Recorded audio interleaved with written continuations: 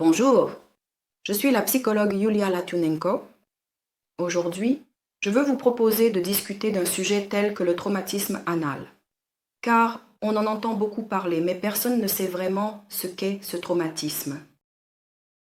Si vous n'êtes pas encore abonné à ma chaîne, veuillez vous abonner, mettre un j'aime à cette vidéo et vous recevrez beaucoup de contenu intéressant ici.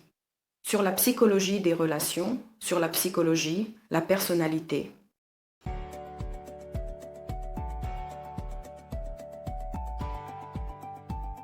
Je voudrais commencer le sujet du traumatisme anal par la façon dont les parents élèvent un tel enfant.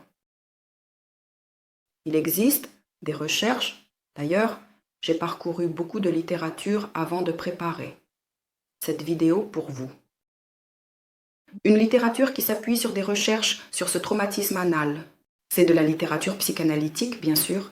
Je suis dans l'évidence, et les psychanalystes disent que ce traumatisme anal est lié au caractère obsessionnel compulsif, à cette structure de caractère. Mais il y a aussi des recherches sur le type de parents qu'a un enfant qui développe ensuite un tel caractère obsessionnel compulsif.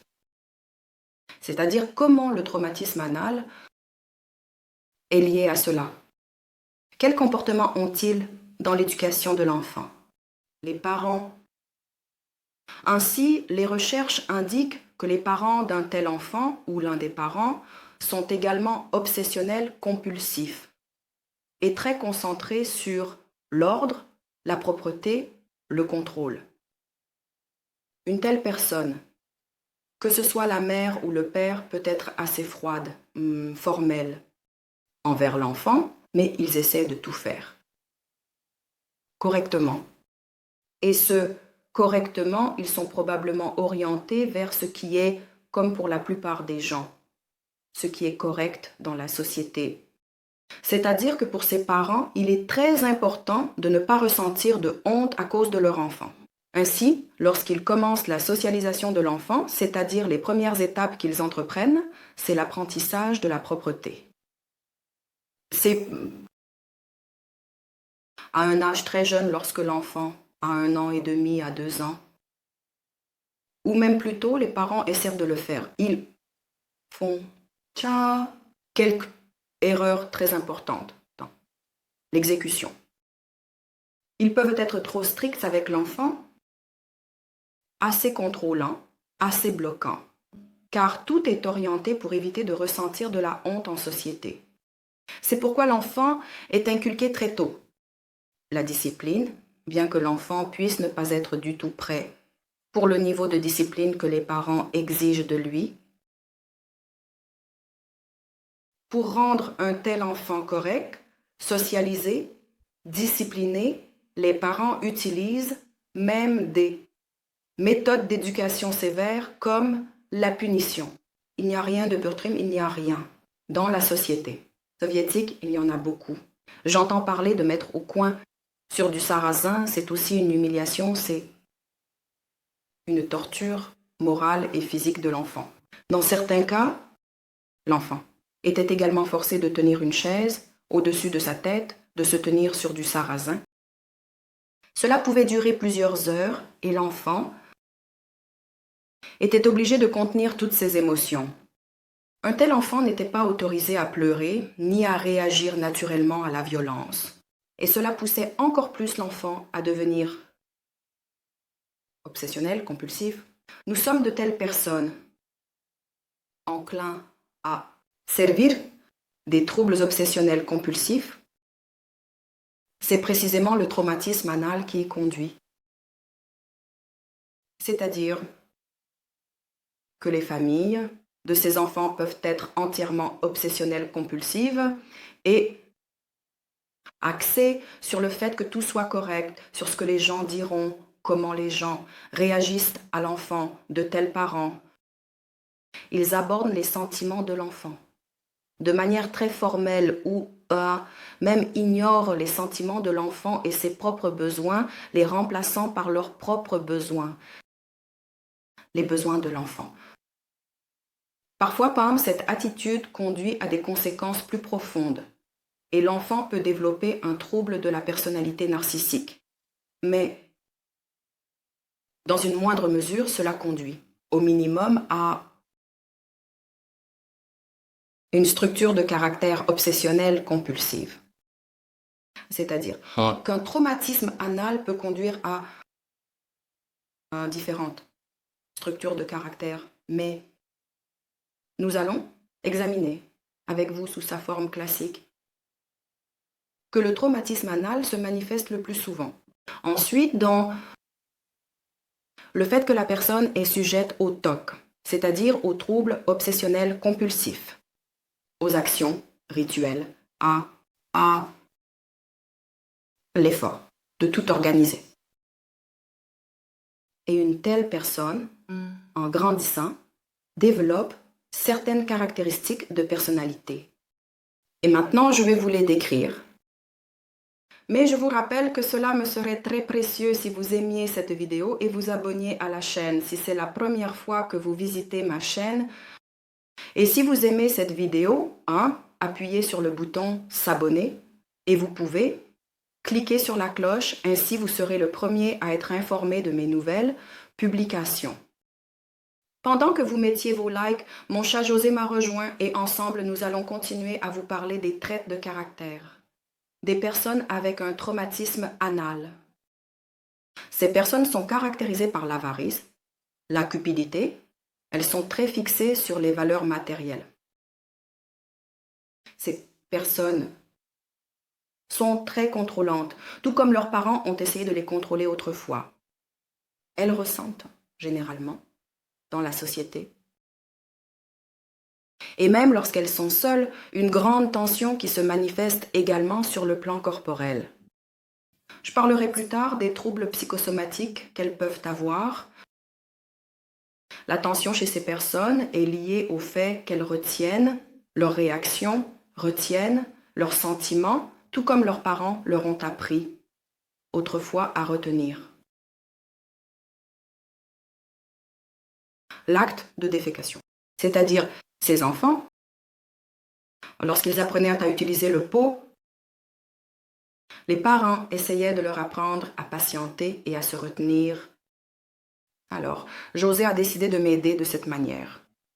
Bon, d'accord, continuons. Ces personnes sont caractérisées par l'entêtement. Un entêtement qui atteint parfois un niveau de stupidité. Ils se manifestent très souvent comme des personnes passivement agressives.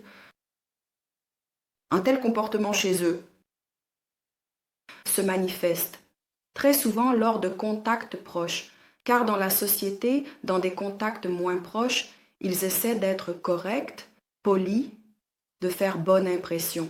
C'est pourquoi il est important pour eux de tout garder en eux, comme ils ont autrefois gardé carcasse en eux. Merci.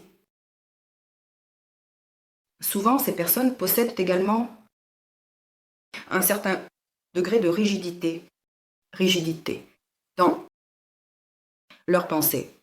Ils vont se disputer avec vous jusqu'à l'épuisement pour prouver qu'ils ont raison. C'est-à-dire qu'ils ont une tendance à insuffisante, flexibilité, et par conséquent des conséquences non stéréotypées, et suivre les stéréotypes. En plus du fait que ces personnes manifestent de l'entêtement et de la rigidité, elles sont également caractérisées par l'indécision, mettant tout en doute. C'est ainsi que cela coexiste dans le caractère de ces personnes. Et une tendance à ne pas terminer les tâches. Une tendance à remettre les choses à plus tard. Ces personnes ont beaucoup de livres non lus, de films non terminés jusqu'à la fin, et de projets inachevés. C'est-à-dire, le traumatisme anal, il conduit à ce que les gens sont enclins à la procrastination et au doute obsessionnel. Dans la société, ces personnes apparaissent en réalité comme des formalistes froids et peu amicaux qui essaient de paraître correctes. Ces personnes ont également tendance à vouloir tout organiser. L'ordre et la propreté sont très importants pour eux, une propreté impeccable, car il y a des bactéries partout, des microbes partout. Il y a de la poussière partout, et ils peuvent même y consacrer beaucoup de temps. À ces actions rituelles, obsessionnelles et répétitives pour maintenir la propreté et l'ordre. Ils sont agacés par une petite virgule mal placée, une petite tache, une miette sur la table. Tout cela peut mener à un grand degré d'irritation qu'ils essaient néanmoins de contenir. Mais c'est très mauvais parce que le barrage finira par céder et fuir. Le conteneur de ces personnes, il est inachevé.